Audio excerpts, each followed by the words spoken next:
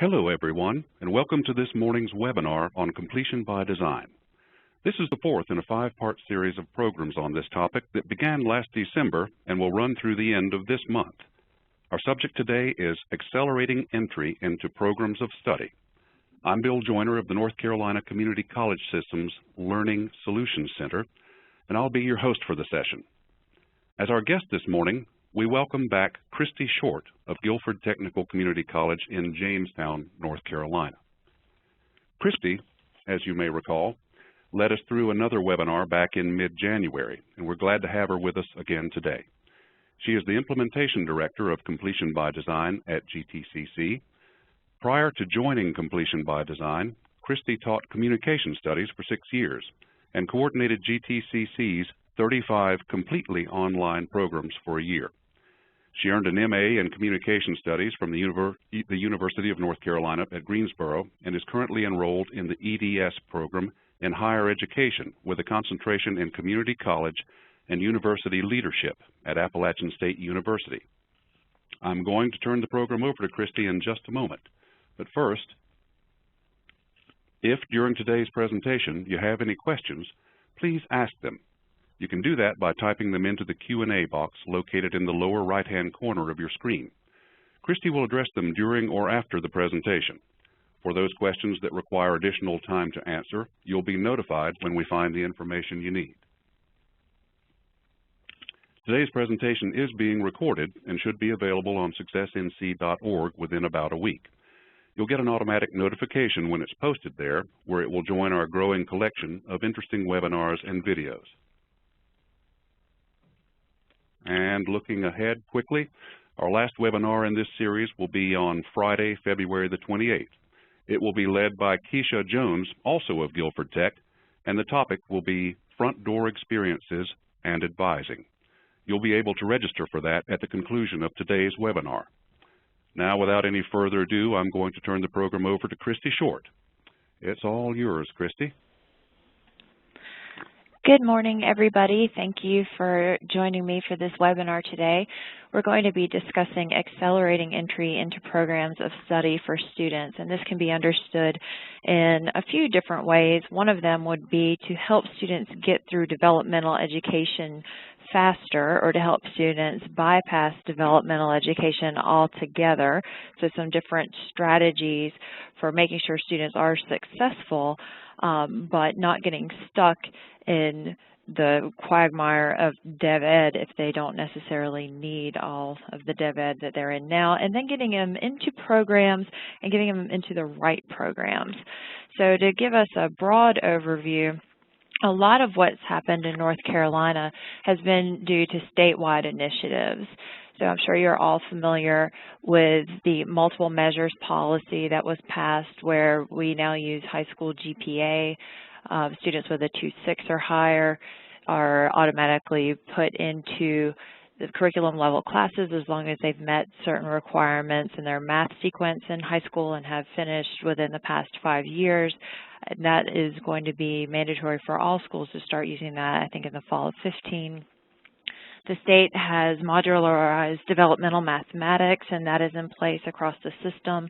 And along with that, developed the North Carolina Diagnostic Assessment and Placement Test, redesigned developmental reading in English into the DRE classes rather than keeping reading in English developmental courses separate. The schools in Completion by Design 1.0, the original 5 colleges, received a waiver from prerequisites, statewide prerequisites that are in the combined course library. So we can make the prerequisites for English 111, English 90, and Reading 90, or English 095 a co-requisite rather than a prerequisite, and that was passed by the state. And then recently, the state has passed summer FTE funding for developmental education. So those are all big picture things that we don't have a whole lot of control over. We have, of course, discussions happening at Completion by Design schools have informed state action. But on the local level, the way Guilford Tech approached this was to set up a work team devoted to accelerating students into programs of study, and the nickname for that team just became the Acceleration Team. The chair of that team is our division chair for developmental education. We have that in a separate division now rather than housed within a greater division like college transfer, arts, and sciences. We involved faculty from developmental English and reading, and then faculty from arts and sciences. We did not include faculty from developmental math on that team because the math modules were already in place, they were fully implemented, and we didn't have a lot going on with reading and English and decided we would rather focus on those areas. We picked faculty from arts and sciences who we thought would be open to trying new approaches.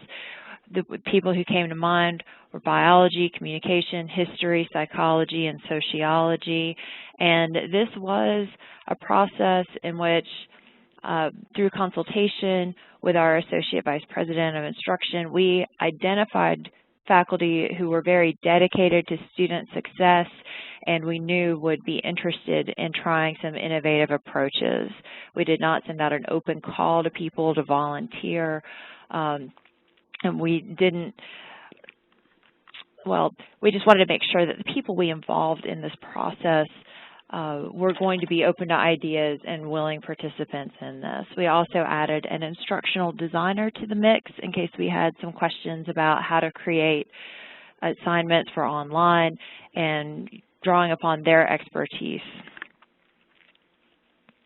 So we started acceleration team meetings by describing basic completion by design principles and establishing a framework for everything completion by design was doing. We got into accelerating students through developmental education into programs of study, and someone from our IR department presented some research that he had conducted here at the college about the need for acceleration. And part of that showed that some students somehow had skipped reading 090 and gone straight to some curriculum classes, and that success rates for those students were the same or even in some cases slightly better than the students who had taken reading 90. And so it really got us to question the effectiveness of our prerequisites on our courses. We talked about some projects that we already had that bridged developmental and curriculum level classes. We had a project carried out through the DEI grant of having students in developmental English classes looking at a chapter from our all college reads. So we have a program where every English 111 course uses the same book, and the book is also incorporated into other classes like sociology, history, depending on what the book is, and everyone on campus reads the same book. So we gave the developmental students a chapter from that book and did a curriculum integration project. It's something that we had done through previous initiatives. We distributed some literature for completion by design to the members of the team to address and read for homework. And then one question that kept coming up was about financial aid. So why would students want to get through DevEd faster if they're just here to get their financial aid? And I think that that's very common across many colleges, that is a question and a concern that comes up repeatedly. And to address that right off the bat, we invited our director of financial aid in to the next meeting and had her explain how a student must maintain satisfactory academic progress, and then took questions from the group so that we could get the discussion of financial aid off the table, or at least answer some basic questions for people so that we could then move on with the conversation and talk more about curriculum and ideas and innovations that we could try. As the committee worked forward and learned about some different approaches, we paired a developmental instructor with a curriculum instructor to come up with some ideas to brainstorm, and then after a couple weeks came back together and the teams reported out on ideas that they had. Some of the ideas included offering 8-week reading and English developmental classes to prepare for the DRE. So rather than having 16-week courses, condensing everything into 8 weeks to prepare faculty for the change in curriculum and to prepare students for the change as well. Then swapping developmental and curriculum instructors. So if someone normally taught curriculum English, have them teach developmental English and vice versa. Repeating an all-college read study unit like the chapter I discussed a moment ago. Co-recking or linking DREs to an ACA. Co-recking Reading 090 with curriculum courses rather than having the Reading 090 prerequisite. And this would be a local Reading 090 prereq. We do have quite a few of those at Guilford Tech. Using compressed linked courses, not necessarily in English link, but at Guilford Tech, we have a local Reading 90 prerequisite on our Communication 231 class. So we would have an 8-week Reading 90 leading to an 8-week Com 231 rather than have a 16-week co-rec. It was just one idea that somebody had put out there. And then someone else was very interested in double track courses. So having a non-transfer sociology class for technical programs and then a transfer level sociology class for the students who wanted to move on to four-year universities. One of the things that came out of this was that we did put our Reading 090 or English 095 co-requisite in place, and we changed the prereq to a co-req for all sections of the courses that you see in this table here. So it didn't matter which section a student signed up for of either course. They weren't linked in any way. They were just co-reqs instead of prereqs. The instructors were not notified of which students were in there because of the co-req agreement. Instructors wouldn't know unless they researched the student's records and colleague. We indicated this with a notation in the PERC screen for a reason that we will tell you about momentarily. When the student signed up for this special co-req program, they had to sign a consent form. We wanted students to make informed decisions and fully understand what they were doing because it did have some implications. The consent form included language such as the student may realize that the curriculum course is more challenging than they believe. You may need to get help from the tutoring center. You may recognize that you need another semester to develop the skills you need, and your withdrawal may affect your financial aid reward. And in bold, this is the big thing that we had to make sure students understood. If they withdrew from the Reading 090 or English 095, they must withdraw from the curriculum course, because they could withdraw from the curriculum course just fine, but with the co-req, they could not stay in the curriculum course if they dropped Reading 90 or English 95. That's why we had the notation in the PERC screen, so if someone went to change the student's status, then they would know to look out for the correct class. An idea with English 095 and English 111 that we tried was to have compressed and linked courses, so that 8-week English 095 and an 8-week English 111 back to back. And then using the state waiver we received, we have done co-reqs for English 095 and 111, 2 sections that are linked, taught by a curriculum English instructor. It's back to back. So the student doesn't know that they're going to English 095 for an hour and then English 111 for an hour. They're just in a class for 2 hours. The content is mixed and it's focused on student learning outcomes, making sure that they meet the outcomes for both courses. We also developed a contextualized English 111 course, and this course, we had 3 faculty members develop the content for the course, and they created a resource site. We use Moodle here at Guilford Tech, so there's a Moodle resource site with some of the assignments that they've created, and then all 3 of those instructors taught every section of English 111 the following semester in this contextualized model.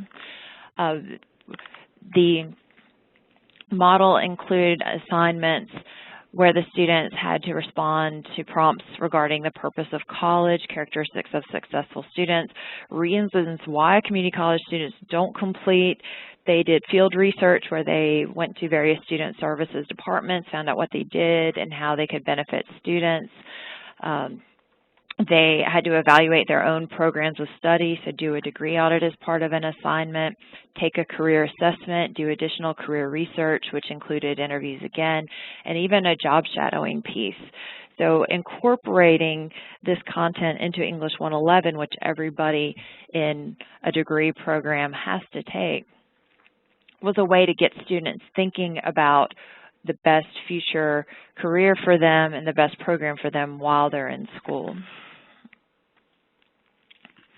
Through the DEI grant, we had developed a mandatory placement test review. So that's been in place for a few years here. If a student takes a placement test, if they desire to retest, they must complete the Compass review, which was originally offered face-to-face and online. And we found that most students did the online review through Moodle rather than come to a face-to-face session. We still have a few face-to-face sessions, but the vast majority of students do complete this review online. We redesigned it for the NC DAP test.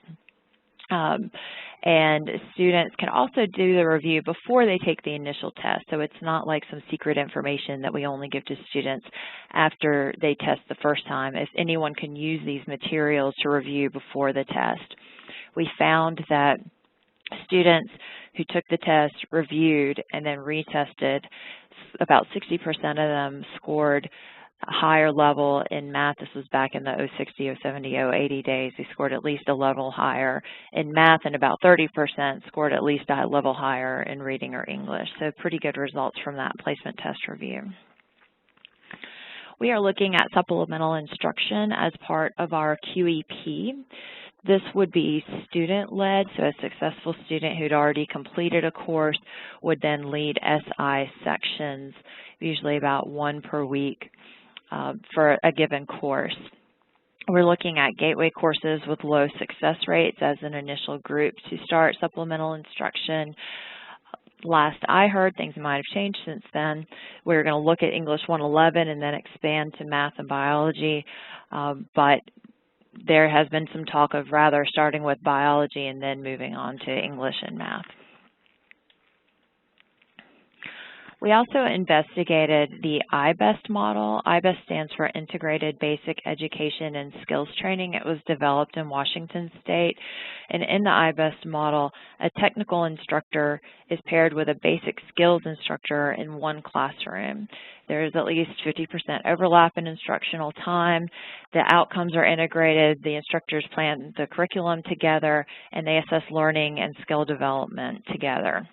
And this allows the students to learn basic skills in a real-world scenario and tie those basic skills to their intended career path. And this IBEST in Washington targeted in-demand careers, so looking at certificate programs where students could earn the certificate and have a more marketable credential to get a job. At Guilford Tech, we also looked at instructional supports, so realigning or relocating instructional support services. We've got computer labs in a couple different places on campus. We have a learning assistance center which offers tutoring in a variety of subjects. We have a math lab that's in a different building that has tutoring specifically for math, a writing center that is in yet a different building for help with English and writing assignments and whatever class they may be in, and then a learning resource center, which is our fancy word for a library. We've also had a renewed focus on programs and career, helping students to think about what they want to study ahead of time and what potential career path they want to follow. I'm sure that we're all aware that students change their programs frequently. They don't know what they want to do. They pick a program just because it sounds good, or they know somebody in the field, and or they think they can make a lot of money in the field, but it might not be the best fit for them. So trying to get students to think about that earlier so that they get into the right program and then move on to the right career for them. On our path to success, which Keisha Jones will talk about in her webinar, It's a visual depiction of all the steps that a student must go through to get to class at Guilford Tech. So it looks kind of like a subway map. We have a career assessment and a link to the CFNC career assessment before the student even completes their application, because on the CFNC application, the student must declare a program of study. They can't be undecided. And so wanted them to think about their aptitudes and what career that they think they might want to go into before they fill out the application. During the new student orientation process, we also emphasize career assessment. If the student did not complete the assessment before their application, we tell them again that it's a good idea to do it and encourage them to complete that assessment. We also have a Press for Completion grant through Walmart, and in that grant, we have purchased a license for the Focus 2 career assessment software.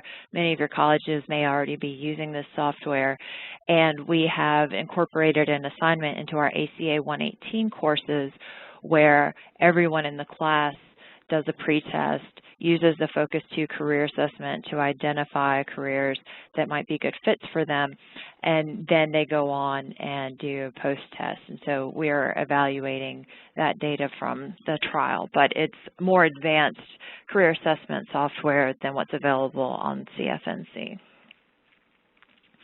So what has worked out of this mix? State redesign of developmental education has provided large-scale changes that individual colleges would not have been able to do on their own, especially the modularization of math statewide has been a big change for everybody and has helped students to get through faster. Guilford Tech is now placing students using high school GPA. We did not start placing them until last semester in preparation for registration this spring, so we do not have any institutional data about how those students did in comparison to students who were placed according to the placement test. I know Davidson has done a little more of that. They started earlier than we did, and some other colleges as well, but we have students enrolled based on high school GPA now. We've had about 300 students to go through our Reading 090, English 095 co-rec, where it's joined with psychology, political science, history, and those other courses. Success rates are slightly lower than the students who have completed the prereq. There are a variety of reasons for that, but we don't think that the data show we should discontinue the program. We have had 2 sections of co-rec, English 095 and English 111, both last semester and this semester. The sample size is very small for those, so it's hard to generalize results. However, the instructor said that there are some students in those classes who struggle, but the majority of students do just fine. And I know that's anecdotal evidence, but he said he doesn't see a significant difference in that class than in his regular English 111 class that doesn't have the co-rec English 95 students. The contextualized resources about the world of work and career planning are in use. We're not running any sections of English that are completely devoted to that theme right now, but we do have instructors who are still using those resources and incorporating them into their classes to help students think about program and career choice. We've made some initial changes to instructional support. Our Writing Center has moved into the Learning Resource Center, so we're consolidating locations to help students know where to go. It's a little confusing when things are in 3 or 4 different buildings all across campus. And that increased focus on career has taken hold. People are talking more about career and career assessment. Some of the challenges that we have faced through these changes, of course, the state redesign of developmental education has been a challenge as well as something that has led to success. We all know that the NC DAP was taken out of service after it was first rolled out, and it is now going to be re-released February 25th. There's a lot of fatigue around changes with developmental education. And it seems like we're always trying to do something new with DevEd, changing curriculum, thinking of innovative ideas, and a lot of the people deeply involved with developmental education are anxious and tired, and it affects their outlook. So that has been a challenge to try to allay people's fears. We've had some people who are very concerned that they would lose their jobs as part of these changes to DevEd. And if we accelerate students through developmental education, then we're not going to need as many sections. And so what happens to the faculty who teach those sections? And that is something that needs to be addressed with those faculty, and we need to have conversations about that so that the emotions that come out with all the change in developmental education are real. Coming up with fresh ideas and things that we can do in light of the statewide changes has been challenging. You know, we'll think of innovative things that we could do with reading in English, but once we change to the DREs and all the content is compressed into an 8-week class, how much more can you do with that class? So that's been an area of concern from some of our developmental faculty. Some adaptations don't quite work. With that, I'm referring to our trial of the iBest model. We had paired in our initial plans for incorporating this, we had paired developmental classes with technical classes, not basic skills classes with the technical classes. And we had looked at our turfgrass management program and medical office administration. For turfgrass, there were not developmental requirements in the program for the certificate. Students didn't have to meet any prerequisites for the program, and so it didn't make a whole lot of sense for us to add in developmental reading and English skills if the students didn't need that to complete their program anyway. And we also encountered some other problems with our medical office administration. So we've put that on hold for a while. We may approach it again using basic skills classes and not developmental classes, because that does seem to be a better fit for that program. People are territorial in our approach to relocate or realign instructional support services. Our math lab tutor students in math. We also have math tutoring in our Learning Assistance Center. And which place you go to is largely determined by who's working at the time, if there's a math person there, or the hours that the center is open. So it would make sense to say, well, why don't we just combine the two? But the people who are in charge of both of those centers want to hold on to what they're doing. And for various reasons, I understand why they're saying this, but it's hard to make changes if people lay claim to certain territory or programs that they're running. Communication has been difficult in some regards, like with our Reading 090, English 095 co-rec program. People didn't know about it unless they knew about it. So we sent out emails, we developed signs to put in registration areas during open registration for new students. We tried to inform the people who are working orientation, but in the crush of open registration and add drop, it's hard to remember that these things are happening. So the first semester we ran our co-rec program, we only had 77 students sign up.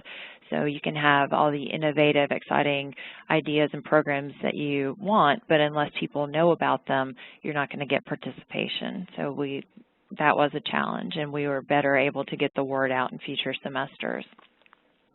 Technology has also been a challenge, as I think it very often is. When we first ran the link sections of English 095 and 111, where you did 095 for 8 weeks and then 111 for the second 8 weeks, they weren't linked.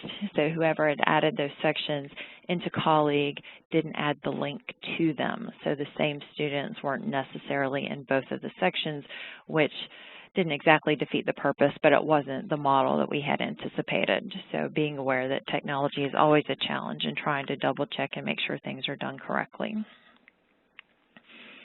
So what's coming up next for us in terms of accelerating students? More state redesign of developmental education. It's still coming down. We know that the reading and English version of the NC DAP is going to be piloted very soon, I think later this semester. So we're still doing things on the big level of the state. At Guilford Tech, we are moving to a faculty advising model, and within that, people who did not normally advise about developmental education will now be advising students on DevEd classes. So we are doing some pretty intensive training on DevEd, and if you're familiar with the math modules and other things, and you know that that can be very confusing. And so we're devoting a lot of time and energy to helping make sure that faculty all across the college understand how students progress through DevEd and the best way to advise them about their developmental education courses. We're looking at summer bridge possibilities, especially with the summer FTE funding on the horizon. We are also incorporating the Student Success Plan software that was developed at Sinclair Community College. We think that that's going to make a difference in helping students stay on track and get through their programs faster. And we are continuing to gather data about persistence and success and other measures as the students go through our redesigned DevEd efforts. So that is all the content that I have for you, but I'm certainly willing to answer or address any questions that you might have.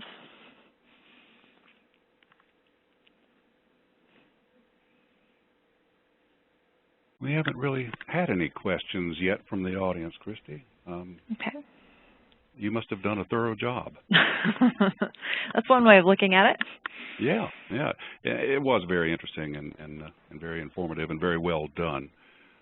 So thank you for that, and it's good to have you back. Thank you. Good to be here.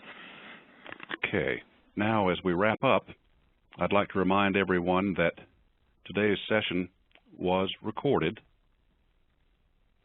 I can get to, there we go, my slide. Today's session was recorded and will be available on demand at successnc.org within about a week. All participants in today's presentation will receive an automated message when that becomes available. I also invite you to check out successnc.org for other helpful webinars and videos. One last reminder, our next and last Completion by Design webinar in this series will be held on Friday, February 28th. The topic will be Front Door Experiences and Advising, and registration is now available at successnc.org. You'll see a link to the registration page at the close of this presentation. Again, a special thank you to our presenter, Kristi Short of Guilford Technical Community College. Now on behalf of North Carolina Community Colleges and all of us on the Learning Solutions team, thanks to all of you for your participation. So long, everyone.